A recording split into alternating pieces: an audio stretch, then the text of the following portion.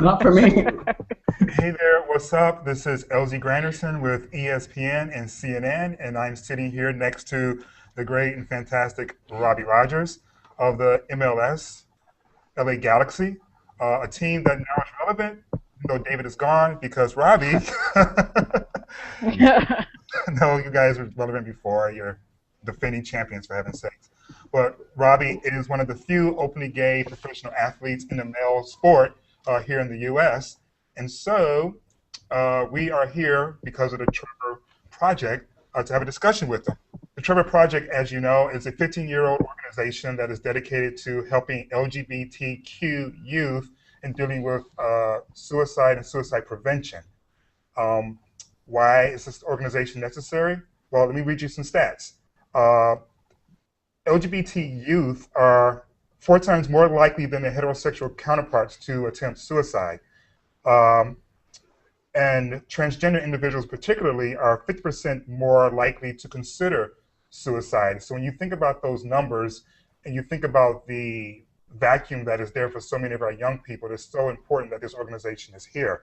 Where are we right now? We're in LA. We are at the JW Marriott at LA Live, and we're in preparation for the Steve Nash Foundation's Showdown. What is the Showdown? It is a soccer game. It's a big fundraiser dedicated to helping youth. So this is all about the young people, which is fantastic because we also have Trevor Project's Youth Advisory Council on board as well. There's Andy, Brandon, and Jordan. But before we begin talking with them, let's first spend some time talking to R&R. Is that a good nickname for you? Yeah, that's Yeah? cool. Yeah. What do they call you on the team? Double Robbie. Robbie? Yeah, but double L works. That's so you're making history and all they got for you is Robbie? Just Robbie. Boring, boring old Robbie. So a year ago when you came out, you retired and you said that you felt like you could not continue on as a professional player while openly gay. Yeah. What changed your mind? I think just the response I got, the response that I received from thousands of people around the world, young kids, older people, just people that weren't gay, that could connect with my story. Those people just kind of gave me the motivation to kind of step back into the game and to at least go back to training just to see how that would be like. And what was your reception once you actually got back into playing professionally? The first day was just a little, so not awkward, but just a little bit like, okay, like seeing how everything, how everything plays out. But after that, it was just normal. It was normal and supportive, and we were in Portland this weekend, and there was like flags, What kind of flags? like Like rainbow American flags. flags? Or Actually, it was like an American flag, but with like kind of like rainbow colors for the stripes. And I mean, you can't go into Portland. I mean, it's a very hostile environment where you can get any support as an opposing team. So to get that kind of support, kind of just put a smile on my face before the game. Once the game started, I was strictly business, but before the game, I was like, all right, this is kind of cool. did you, well, I'm assuming you didn't hear any sort of adversarial opinion or comments. Um, did you feel as welcomed once you got not just in your locker room, but on the field and started facing opposing teams? Yeah, when I get on the field in the game, the whistle blows. It's just soccer and just competing like a normal athlete. So I get that question a lot. Do you feel any different? Do you feel different in the locker room? Do you feel different? Opposing stadiums, people say things, and honestly, I just feel normal as an athlete, as I think anyone else feels. It's competition, and we're trying to win. It's as simple as that. Fantastic. Well, let's get to some of your questions. And I believe first up is Andy. So, Andy, before you ask the question, if you can tell us just a little bit about yourself, and then Robbie here will be there to answer the Shoot question. away. Okay. Hi, I'm Andy. I live in Florida. I work with LGBTQ youth on a daily basis, and I'm also the first transgender prom queen, but I'm a boy today, so my PGPs, my preferred gender pronouns, they fluctuate. But yeah, I'm really excited to be here, so I will start with the first question. Robbie, Yeah. this is from Marco. Did anyone ever think you were gay in school, or did you ever get bullied in school? Um, no, no.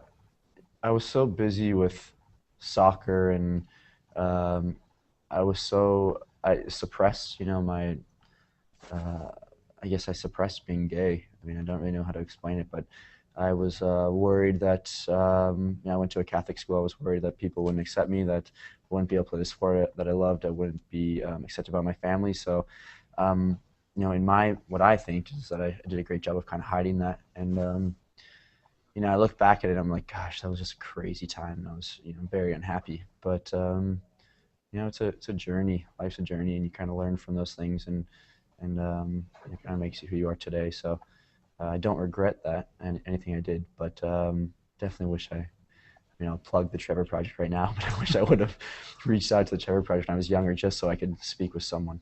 Because you grew up in the LA area, correct? Yeah, I grew up in Palos Verdes, and then in Orange County, I went to Mater Dei, and um, it's all, I wouldn't say homophobic, but not the most uh, gay-friendly environments.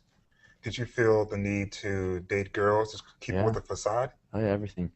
Yeah, yeah, anything that a straight teenager was doing, I was doing. Next question is from Brandon. Brandon, again, if you can just tell us a little bit about yourself before asking your question. Uh, my name is Brandon. I live in Oklahoma, and my PGPs prefer male pronouns. I identify as queer, and the question that I have for you is also from Marco, and it is, did you ever consider coming out when you were younger? Do you wish you did come out earlier than you did? No, no, not at all. Um, Kind of as I answered the earlier question, I didn't come to terms with myself really until about a year ago, a year and a half ago maybe, um, and I just, I wasn't ready. So um, I'm happy with the response I received and um, how it kind of came out to my family first and then to the public, and even stepping away from soccer for a little bit was I think a good move for me because I was able to take time to myself. Um, What did that time to yourself, for yourself, look like? Like, did you stay home? Did you travel abroad? no, Did you have friends? I was living in London, and yeah, friends, going to a gay bar for the first time, Which bar? having Give them a plug. yeah. I think the first one I went to was Koo Bar uh in like Soho area in London. Okay. Yeah. Yeah. Have my first relationship. Um, so all that stuff that like, you know, a young kid should be able to have when they're in their teens. I got to do that when I was 25. Jordan? Hello, I'm Jordan. I'm from Tennessee. My preferred gender pronouns are female, and I'm queer. I identify as queer. And I have a question from Erwin. Actually, it's from LA, so he's right there in your area right now. He's wondering if he says, I believe you will score a goal with LA. Do you believe the same? Oh yeah, yeah. I thought I was gonna score last game, but I feel it coming the next few weeks. How have you been in terms of your satisfaction with your performance That since you sounds great. do it? Um, Sometime, I mean, the last game we played against Dallas before this Portland game, and I thought it was my best game. Played the full game, had an assist, felt really great at the end of the game, and it's really positive. But then this game against Portland, our team had a great game. I mean, one of our best games of the season, even though we lost. It sucks to say that, but we did so well. But towards the end of the game, I was just so fatigued, Mhm. and so I think that it's kind of almost still preseason for me. Because I joined the team so late and took a good amount of time off. So I think just a bit inconsistent with finding my sharpness. But there have been some great signs, and I've seen a lot of work that I've put in kind of pay off. So that stuff is all positive and motivating for me. Andy? This next question is from Mike from Ohio. He wants to know, what do you miss about Columbus other than the fans and your teammates? Um, I really missed just how friendly the people are. I lived in the short north in kind of near downtown, and you kind of go to the same spots, and people remember who you are. They are interested in what you're doing outside of soccer. They really care about the relationships. So I miss that part. I miss, life there is very enjoyable but very easy. Going to the grocery store is simple, and there's no real traffic, and so I miss all of those aspects. But I'm happy to be home back in LA with my family. Yeah, speaking of LA, so I just moved to Chicago. There's a soccer team there that you dissed Yeah, to come back to Chicago. What was that about? dist is a strong word. You're not playing for them. That's a good question, and a lot of people have kind of asked me that, were a little upset. But to come back to soccer, I had to do it where I was around my family and friends, especially my family, mainly my family. I wanted to have that support. I wanted to be able to go home after a tough game or tough training, or let's say doing a bunch of interviews or working through different things, and be able to go home and sit at the dinner table with my family and just kind of relax. And again, I've only been out since October, so it's important for my family as well to be around me. I think, again, I come from a very Catholic conservative family, so this is education for them as it is for me. So for them to be around their gay son, I think is important. Are the siblings? 5 kids in my family. I'm the middle child, oldest boy. Brandon. This next question is from Edward, and Edward says, "Do you have any advice for someone who wants to become pro?" Oh wow. Everyone's path to become a professional athlete is different, but for me, it was just really enjoying and loving all the hard work, training, doing extra running, lifting. Even now, getting back into shape to get back with the Galaxy, I love doing extra running after training, or finishing drills or technical drills. I actually love that stuff more sometimes than the training itself. So it's the extra stuff when everyone else is tired, and getting in that work. And I mean, it's easy to do that here in such a beautiful complex. Galaxy, you have what used to be the Home Depot Center, now it's a Step Up Center, I guess it's called. But all that stuff I just really enjoy. So I think you have to find a way to be motivated to do that kind of stuff, and to love the extra work. Jordan.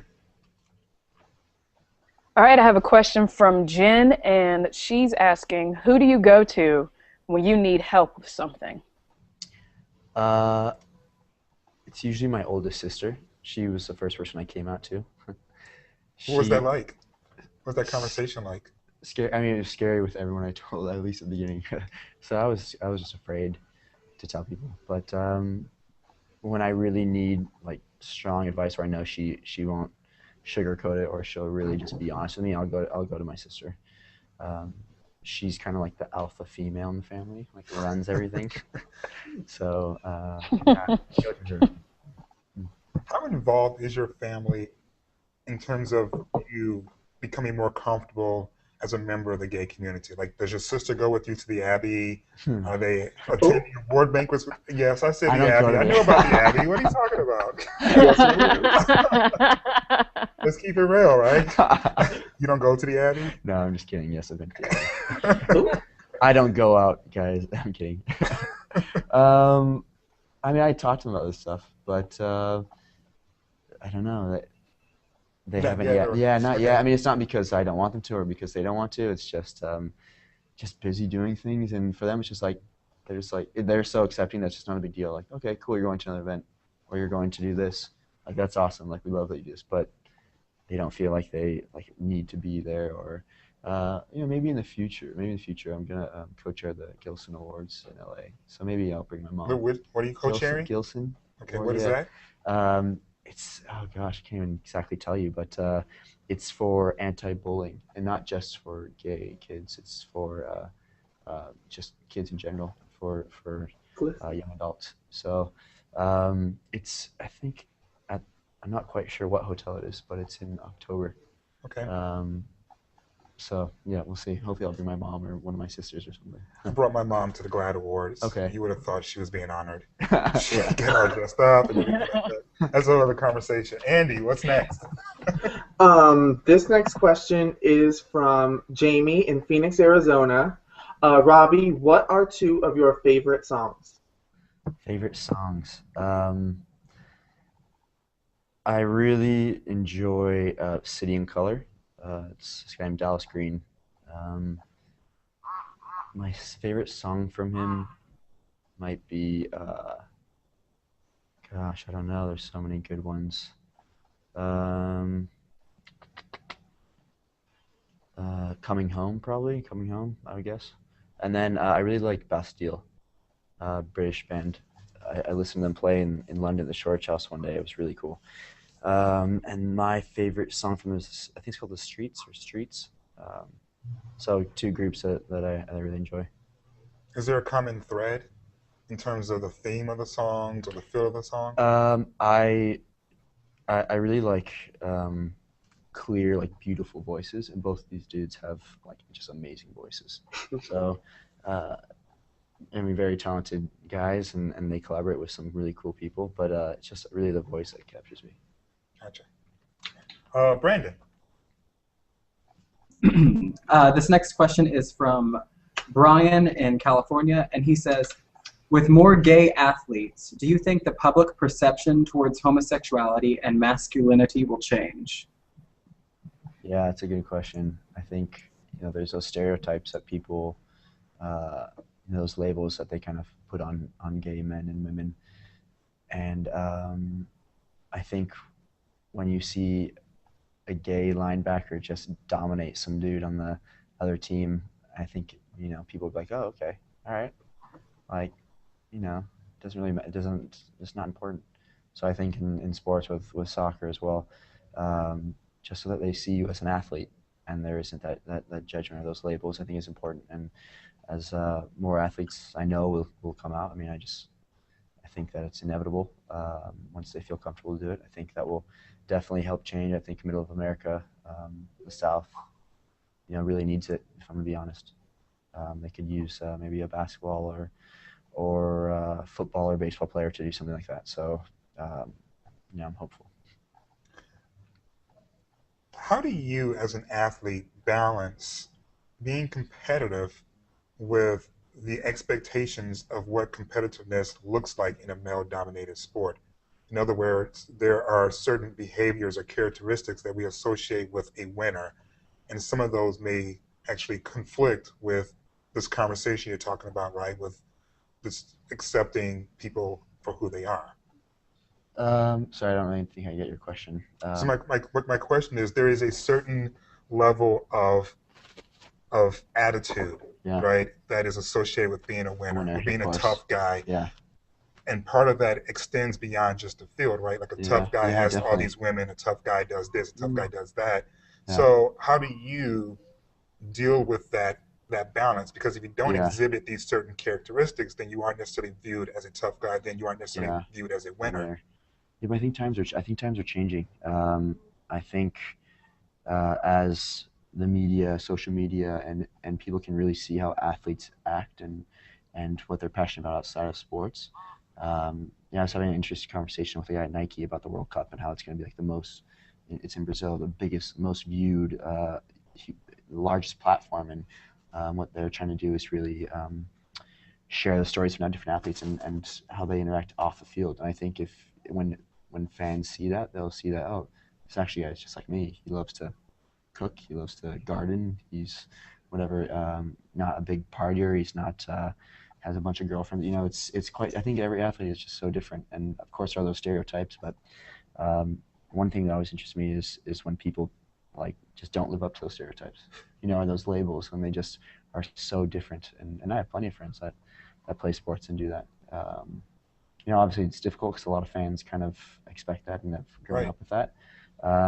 But it's educate. It's a process, a learning process. So I hope that I can be part of that. I hope that guys like Jason Collins or other athletes in track and field, women's soccer players, female soccer players, sorry, can kind of start to change that. And as people kind of learn and the culture changes, I think people just forget about that.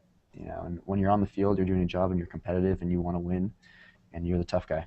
But when you leave, I don't know, maybe you pick up a book and you go chill outside, you do what you want to do. So I think it's for athletes finding the balance and showing people as well that they're just human like them. You mentioned Jason Collins. Have you two had an opportunity to talk? Yeah, I talked a little with text. I told him he should come today, but we've just been so busy that we haven't been able to have like coffee or anything. But I'm really excited to see him get back into sport. I know that he has this huge platform, so I think he'll be able to reach a lot of kids and young adults around the world. And I'm more interested to see how his locker room reacts, and once they see that, oh my, like this is no different than anything else, and then it would just become just a non-issue. So I'm kind of eager, like, okay, get this NBA season I started. think we all are, Yeah, like actually. come on, let's get it started. So people can see that it's just not a big deal. And speaking of the NBA, Jordan, you like that? Next question comes from. I approve of that. Thank you. The next question comes from Susan. Where do you see yourself 10 years from now? I don't even know where I see myself a year from now. That's such a difficult question. I never even imagined myself coming out to my family and then coming out and playing the sport, playing soccer. So it's a difficult question to ask. What are your Sorry hopes? to Do you answer. want a To answer. family? Do you want to get married? Do you want kids? Yeah, of course. Yeah, I want to live a life like that. I want to get married. I want to be in love. I want to just be happy and be around my family and see them in their relationships and just be a part of my family's life. Before I felt like I was a bit of a zombie. I felt, I was there, but I wasn't quite there emotionally. So um, I don't know. I don't know where I see myself, but I see myself definitely be happy being in a relationship and probably looking back at this and being like, oh wow, I can't believe this was such an issue and that people struggled with homophobia or different things like that. So Next question is from Andy. This next question is from Vanessa from California. Oh, Vanessa Williams. No. Her question is, now that you've come, that's my girl. Now that you've come out of retirement, Robbie, do you see yourself staying in LA or are you open to other clubs, being United States or international? it's a good question. Chicago. Chicago? You've already dissed us, so They don't want me now. For Oh, the moment, I'm very much focused on Los Angeles. I've just gotten here. I've just got here. I've been with the team for about 2 months now, and just really enjoying myself. So I don't want to close any doors because, like I said earlier, I wasn't expecting to even come back to the sport. So I won't say I won't ever go back to Europe or to any other teams in MLS. But right now, my heart really is here in LA with the Galaxy and to try to win another championship. I mean, a three-peat would be amazing. What an accomplishment that would be. So I want to be part of that. is there extra pressure playing for your home team? No, I don't feel extra pressure in that way. I feel a little pressure just because I know kids. So when I was growing up, I didn't have a role model in sports that was gay that was out that I could kind of, mold my life after in a way. So I know that there are probably some younger soccer players or younger adults that are kind of looking to see what I do. So I do feel pressure in that way. I'm not going to lie. I want to be, a positive role model for them. So that's Speaking of role models, you didn't see any sort of strength or inspiration from like Billie Jean King or Martina Navratilova, No. Dr. Renee Richards, no one like that? No, because I grew up in an environment that wasn't like I just didn't know about anyone that was really gay, to be honest. So no, it's the truth. Yeah. I wish I did. I wish I had people like that to look up to. That would have been nice for someone to speak with.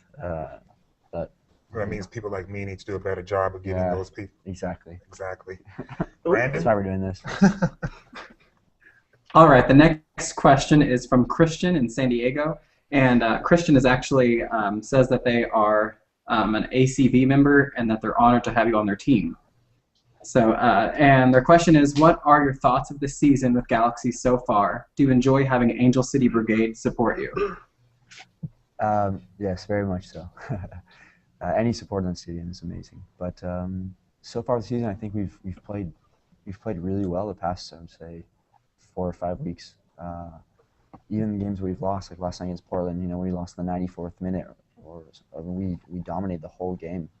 We created more chances than them. We dictated the whole game. So it's been really positive. And I know, people, especially us, we get so upset when we lose a game like that. But then you kind of take a step back and you see like, okay, we still need to learn things from this game. But for 90 minutes, we were a very, very good team. So once we kind of just solve those last little pieces, I think, there's no reason for us not to not necessarily expect, but just to think that we can win another championship. Jordan, next question, please. All right. The next question is from Cody, and from Tucson, Arizona. What are your must-haves for your wardrobe? Must-haves. That's a great question. I really love all of the Levi's vintage stuff. So I love to get like the old school Levi's vintage, just like T-shirts and denim, stuff like that. I own a menswear brand, so of course, I wear all of our chinos and shorts. Wait, you said you own? Yeah, I'm a co-owner of a menswear brand. Sorry, it's called Halsey. Stores like Fred Siegel or Kitson. So yeah, of course I wear that stuff. But are you involved with the designing of this article? Yeah, or you everything. just throw money and walk away? No, everything. Okay. Yeah, we're actually we're here. We're dressing some of you guys today. Oh. The athletes. Yeah. So we'll get some Halseys All right. today. Yeah. Do we still do that? I don't even know. No. Maybe in Chicago. Like, wow, boy, wow. No, that's just Gen X. That's my Gen X showing. Sorry. Andy, please save me. Okay, I got you, girl. Oh, sorry. This next question is from Patrick from Oklahoma. Would you ever write a book about your life experiences in the future? Yes. Okay. I'm working on a book at the moment, actually. Oh, how interesting. I'm expecting it to be very emotional, and I'm really excited to kind of obviously share this book, but to dig back into all those emotions and struggles, especially from when I was younger. I think it's going to be a great little tool for me to kind of, I don't know, just dig into my past and kind of learn from that stuff, and to kind of, it's going to be a bit therapeutic, I guess I'm trying to say. So I'm excited for it. But yeah, I've just started working on it, so I'll let you guys know. Brandon, next question. All right, next question is from Hans, all the way in Switzerland. Hans says, "Hi, Robbie. What? Who's your favorite band or singer?" You kind of already answered that, I guess. Yeah, just tell Hans that I love a bit of Bastille and City and Color. Do you know it? Do you like anyone who's currently popular right here in the States right now? In the States right now, what am I listening to? Not really. I hate, that's a strong word. I dislike like 102.7, all those like pop, listens. So Americans. Like he's talking about us. How about my boy? Yeah. Like he's hiding among us. These Americans. Who? I strongly support my boy Eli. I'm sure you guys know Eli Lieb on YouTube, and he's great. So all of his stuff is really cool. But again, I guess it's not too much pop music that I really love, or music here that I can think of at the moment. Usually there is. It's almost like I've been too busy to like really like. Usually I'm always like searching for new music and going on different blogs and finding stuff, but I've just I've been struggling to find time for that stuff. So. Jordan. All right. You kind of already answered this, but from Gregorio, well, I guess you've talked about it. He asked, do you feel some pressure about being the only openly gay person on your team?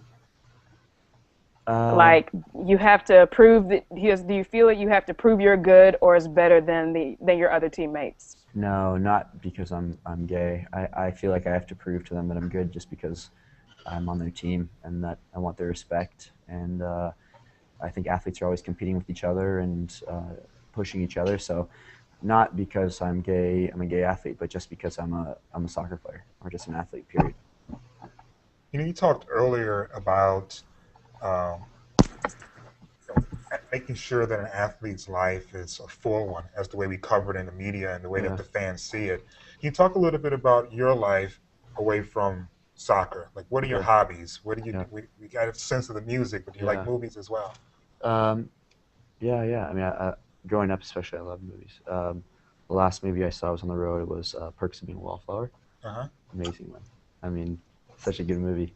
But I do my menswear stuff and fashion, and I write for a fashion magazine here in LA called Bello, and I'm working on the book. Been working on a documentary with Steve, actually, Steve Nash. Um, Working on a charity called Beyond It that I'll be launching in September. So, I mean, I've always been taught to kind of live a life where, in my beliefs, and I believe strongly that God gives you these talents, and you have this purpose on this world to kind of um, be everything you can. I know it sounds cheesy, but just be everything you can be, and be as good at everything that you're doing, and just live a life that you'd be proud of, and that you'd be proud to share with other people, I guess. Hmm. So, I love soccer, and it's a big part of me. It'll always be a big part of me. Even when I retired, I still call myself a soccer player because I've been doing it forever. But there are still a lot of other Mhm. um, sides of me as well. I mean, and I think that's the same to can say the same about a lot of athletes Hmm. and other people that are writers or musicians or whatever. I'm sure they are having a lot of other passions. You mentioned Catholicism quite a bit growing up. You just talked about God. Yeah, I'm assuming you've reconciled your faith with your sexual orientation. yeah, definitely. I How was that journey? It was important for me. That was one of the main things. I mean, once I realized that, not realized, but when I was like, oh yeah, like I've always believed that I was on this earth for a reason. And then when I, just kind of spent more time thinking about myself, and when I finally came out to my family, and mainly it was myself, just kind of struggling and spending time in London, I was like, you know, there's no reason that God would create me this way to be what people would say is like this like evil person or whatever they would want to call me. I mean, that's just insane to me. It's insane. I believe that I'm a pretty good person most of the time, and I strongly believe that He put me on this earth for whatever reason, and being a gay man is part of me, and that's how He made me. So I've been this way forever.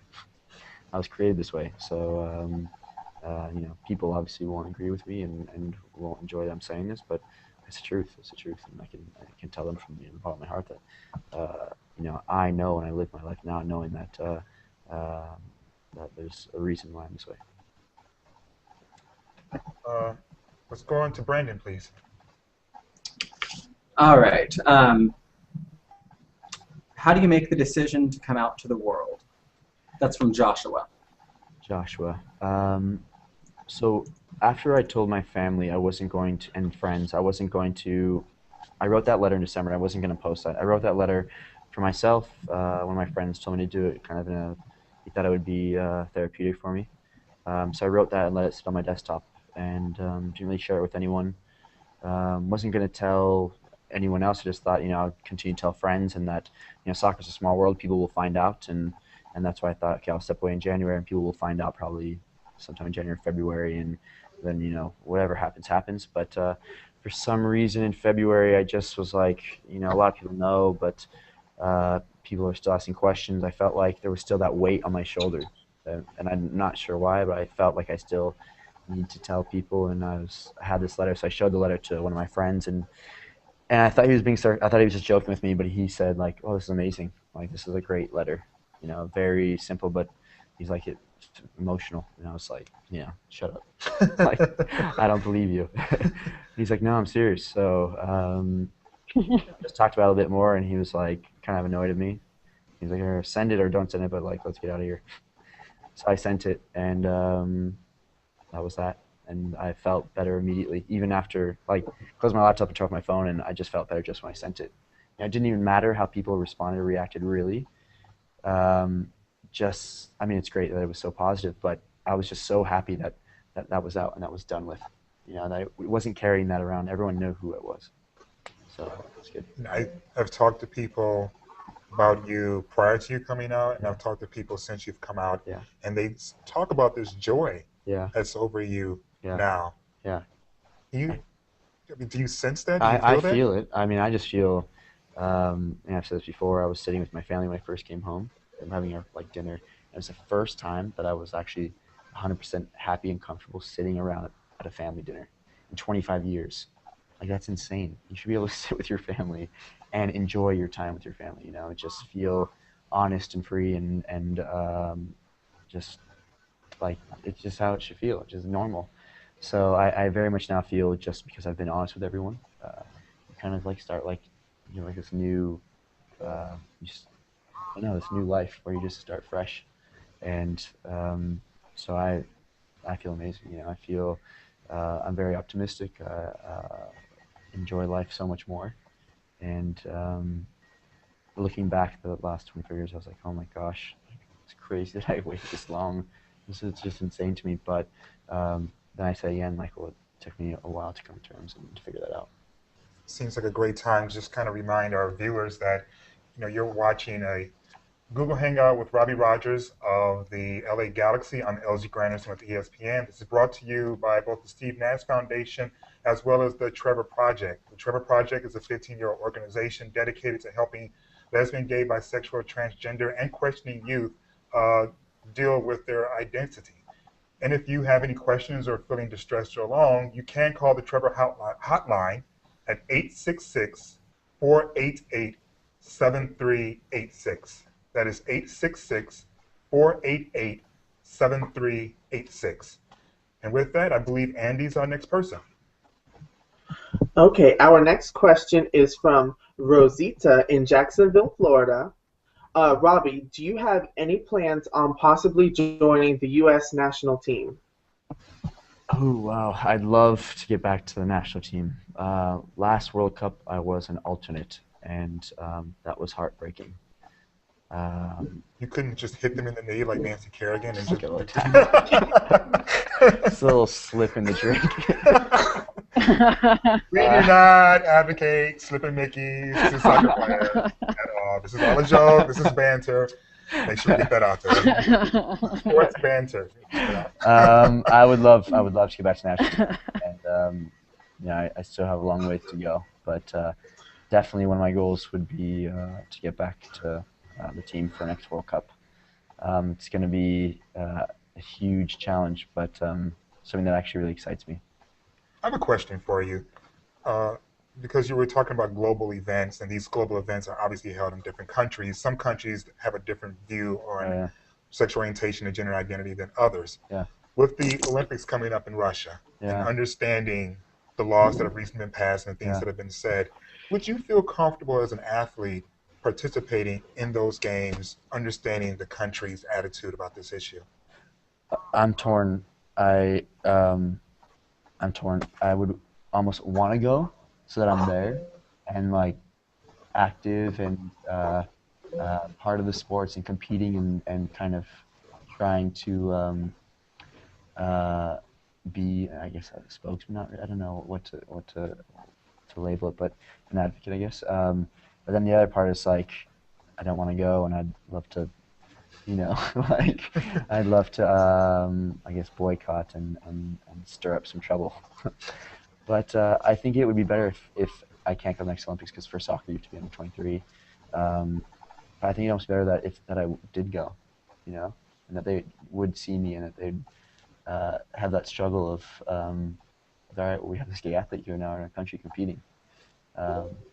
So, yeah, I mean, I hope there are some athletes there that are out and gay and that are competing and doing their sport well and just enjoying themselves. The Olympics was such a great experience for me, so I wouldn't tell anyone not to go to experience that. Next question is coming from Jordan.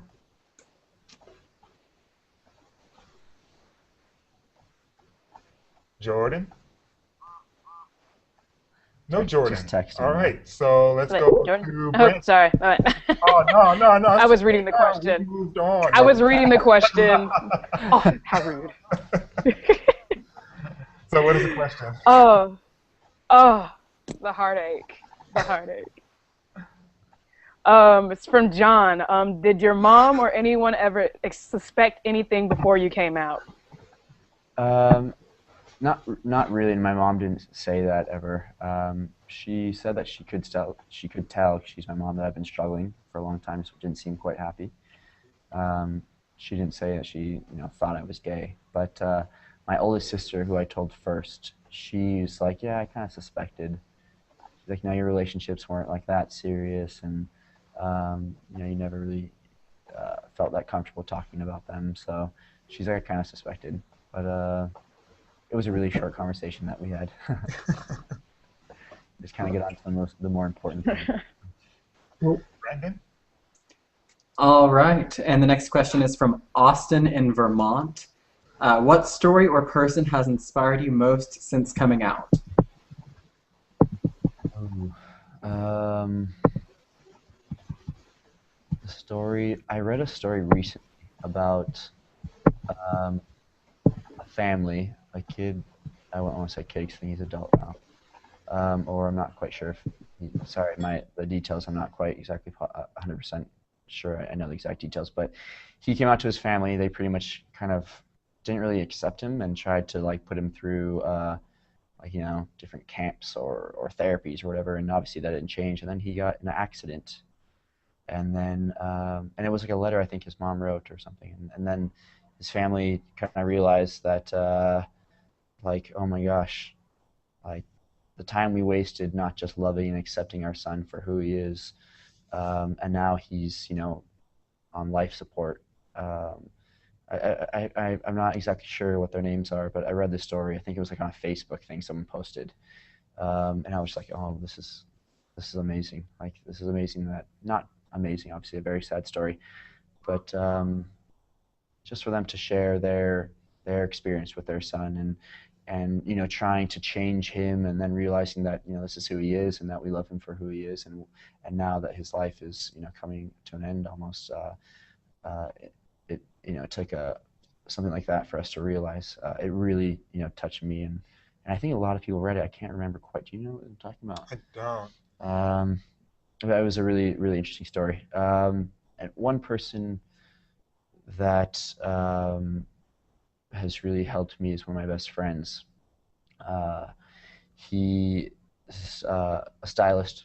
Him and his partner live in LA, but they're from London, and he's just kind of been the guy I go to when I have questions about um, everything from if I'm going to go out somewhere to when I'm struggling or dealing with something. I always reach out to him. So he's not an athlete. He lives I don't want to say a pretty normal life because he does very special things in his own way.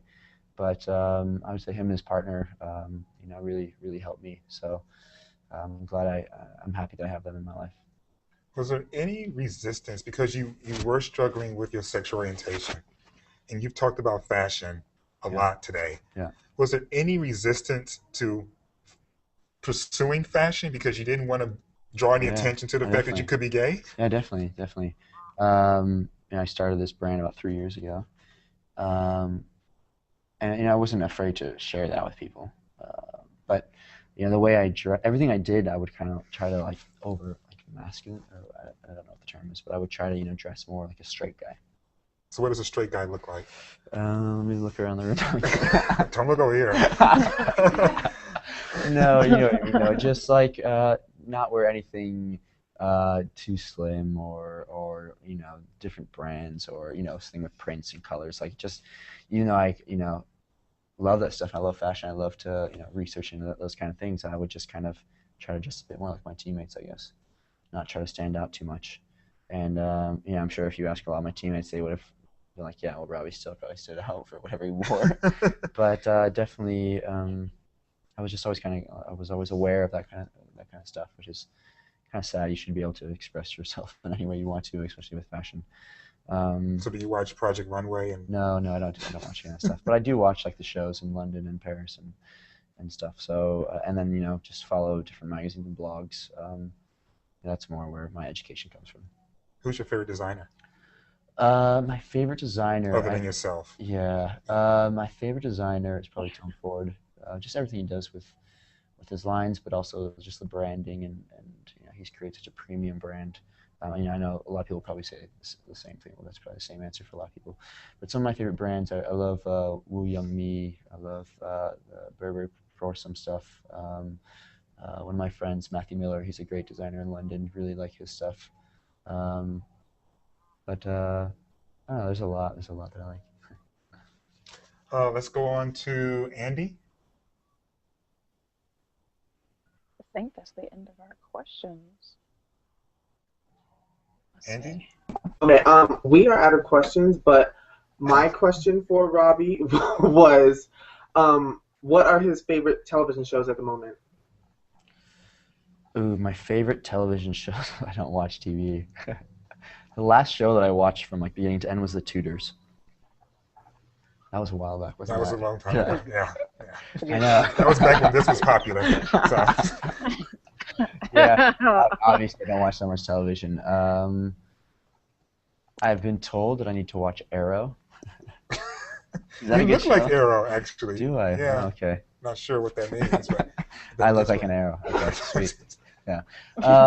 Yeah, I don't really watch much TV. I watch some documentaries on Netflix, like especially the ones that are crazy to me are the ones about like food, like the diets or like stuff that's in our food or in our grocery stores just freaks me out. I always watch that stuff from beginning to end, and I'm always looking for new ones. I also really enjoy watching on Netflix documentaries about World War II and the Nazis and the concentration camps. For some reason, that stuff just really captivates me. And I've read a really cool book called it's by Eric Larson, I believe. I think it's called In the Garden of the Beast. I forgot exactly what the title is, but I read it. I think it was last year, or the year before. And it's about the U.S. ambassador in Nazi Germany, and it's such a great book. I recommend that. So maybe you should read instead of watching Arrow. wow. Not you. I'm just trying to share a message. He has claws. Throwing shade now. Throwing shade. Shadiness. Shady boots. You know what I mean. The people that are watching. So what is your diet like? You talked about getting freaked out. Are you a vegan? What is an athlete's diet looking like? Every athlete has a different diet, I think. Right. Everything works differently. But for me, I don't eat meat. I just eat fish, lentils, beans, stuff like that. Do you cook? Yeah, I cook. I like to make like just giant salads of like lentils and quinoa and beets and like maybe some feta and different vegetables that I'll steam. Maybe with like some hummus or stuff like that, and just different spices. I like to cook fish. I'll go to Trader Joe's and sometimes get some stuff there. But I eat a lot of vegetables, and actually a lot of vegetables and hummus. But yeah, and I'm not opposed to eating any kind of meat, or I'm not telling you that you shouldn't eat meat. But sometimes if I really, let's say every 3 or 4 months, and I really need meat, maybe I'll go to like In-N-Out and get a burger. Wow, really? Yeah. So you get a burger, you yeah. just go downhill. I mean, no, In-N-Out burgers are quality burgers. Well, I guess he's an American. Brandon, do you have any more questions? What kind of advice would you give to anyone that might feel? What kind of advice would you give to anyone that might feel ostracized by the religious communities that they grew up in? If maybe they came out and they were kind of rejected by their communities. What kind of advice would you give to those kinds of people that were struggling with that? Great question. If I wrote this, I think, or talked about this with ESPN. If there was one thing that I could have told myself when I was younger, any kind of advice I could have given myself, and I grew up in a very Catholic environment, I would have just told myself to reach out to someone. Just anyone that was, a bit away from the community that I could trust, that I could share my feelings, my thoughts, my concerns with, because there are Christians and Catholics out there that are gay or that are supportive to the LGBT community, and so I think that a lot of kids, I know myself included, I felt like I was like the only one, like there was no one else like me. But there are a lot of young adults and kids and men that struggle with the same things that we all struggle with. So I would just find someone that you could speak with and share your emotions and share your just your life with, because I think that's important. And if you keep that all inside, it's just not healthy. And of course, one great outlet to do Exactly. that would be the Trevor Project. Exactly. Again, that number, if you are looking for someone to talk with, 866 488 7386. 866 488 7386. Jordan. Yes. Okay. As an athletic person myself, I played soccer, basketball, and softball. I did it all if I could. Was there any other sport that you were actually kind of drawn to, but you chose like if you could play like a backup sport? Yeah. I mean, I'm pretty small. I'm like 5'10", but I would have loved to. I played basketball when I was younger, and I love watching basketball. I'm a fan of the Lakers.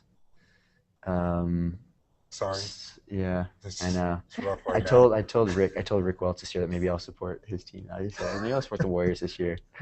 No, I'm just kidding. I'm always gonna be a Lakers fan. But I don't know. I mean, I'd love to.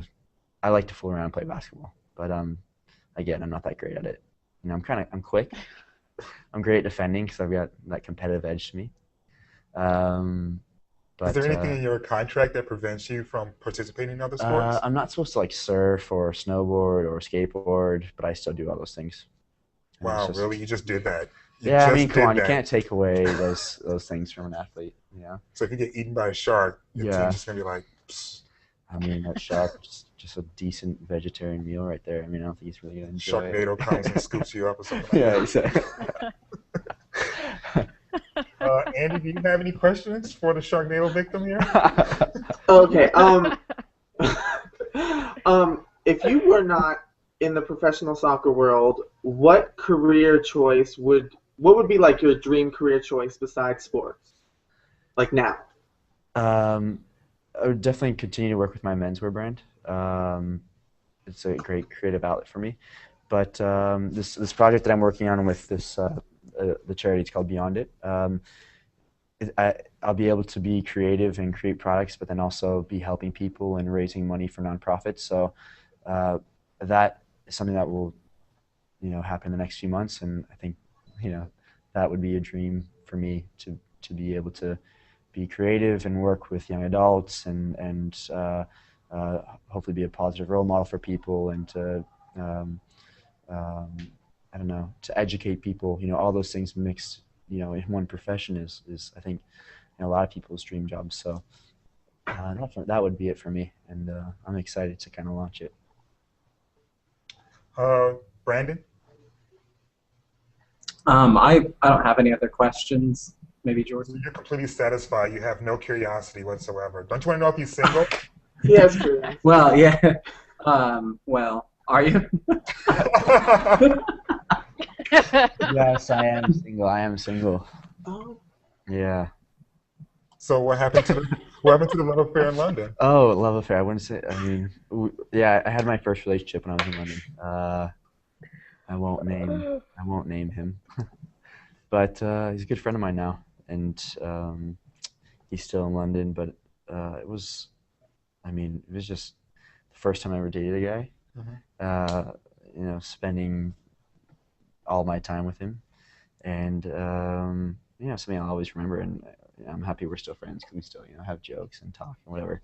But I just wasn't really ready for a really serious relationship at that time. So I was like, all right, I need to take a step back and kind of sort my life out a little bit right now. So what would be your ideal man? Oh my gosh, we're gonna go there. Well, I mean, we got peoples, Yeah, yeah, it's tuned true. in. So Okay. Someone someone that isn't in soccer. okay. I don't want to like go home and just be talking about soccer. Just someone that I could just share a lot of conversation with and learn from and just always be around.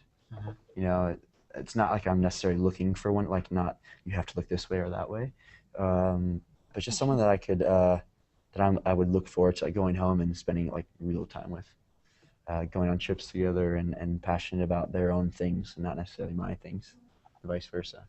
But someone that is just creative and talented, and again passionate about whatever they're doing, because that, I think, for me is like just a characteristic that is um, that I really look for. So it's sorry, it's hard to kind of label exactly who I would be looking for, or you know, like those traits, Right. because I'm still kind of figuring that out. You know, I've only been in one relationship. Is there like an added burden of that? Because you do have a high level of notoriety, right? Yeah, And so there is a tendency to take someone who is a celebrity that comes out and try to put them out there as some sort of spokesperson who has it all together. yeah, Is there? yeah. I would just say that I don't. I would just say that I don't, and that I'm a human and I'm still learning, and that's why when I say I want to be a positive role model for people, but you know, people have to remember that, you know, I'm 26. I've just come out. I'm, you know, still trying to get back in shape and play my sport, and find my way. Um, I have a girlfriend that says okay, you don't know anything until you're 25. yeah. So So I just turned 26. So welcome to knowledge. yeah. That's why it took me so long to come out. Yeah, so I'm still, you know, figuring out exactly who I am, which is, I mean, I think we're all changing always, Mhm. but I don't know, now I'm kind of doing it with a little bit of a spotlight, so it's interesting, but I'm glad I have a good family to kind of keep me in check. Jordan, do you have any other questions? It's not just much of a question. It's just kind of like a general statement of like I think it's really cool that you're open about how your faith and your sexuality are just both like intertwined, because that's my in Tennessee, it's my big deal that I focus on. It's my project to make sure that LGBT youth and people are aware that people of faith still have we're not all the exact same, we're all different, but we all still worship and we all should be accepted and stuff. So it's really good. I just want to tip my invisible hat off to you Well, by saying that. So thank you so much. I think that my relationship with God is kind of what's brought me to where I am now. So that they don't go, I mean, that they are hand in hand. They are intertwined, like you just said. Um, or I don't know if I'd necessarily be here right now. You know, so I applaud what you're doing as well. And with that, I think we will wrap up. I want to thank Andy, Brandon, and Jordan for being fantastic question askers. I want to thank you, Robbie, for spending time with us and letting us see a little bit about you. I want to thank the Steve Nash Foundation and again the Trevor Project for coordinating all of this. And one more time, if you're out there and you're watching this and you have any questions or feel the need to want to talk to someone, the Trevor Project Lifeline is 866 488 7386. 866 488 7386. I'm LZ Granderson with ESPN and CNN because I like to work. And thank you very much for your time. Take care.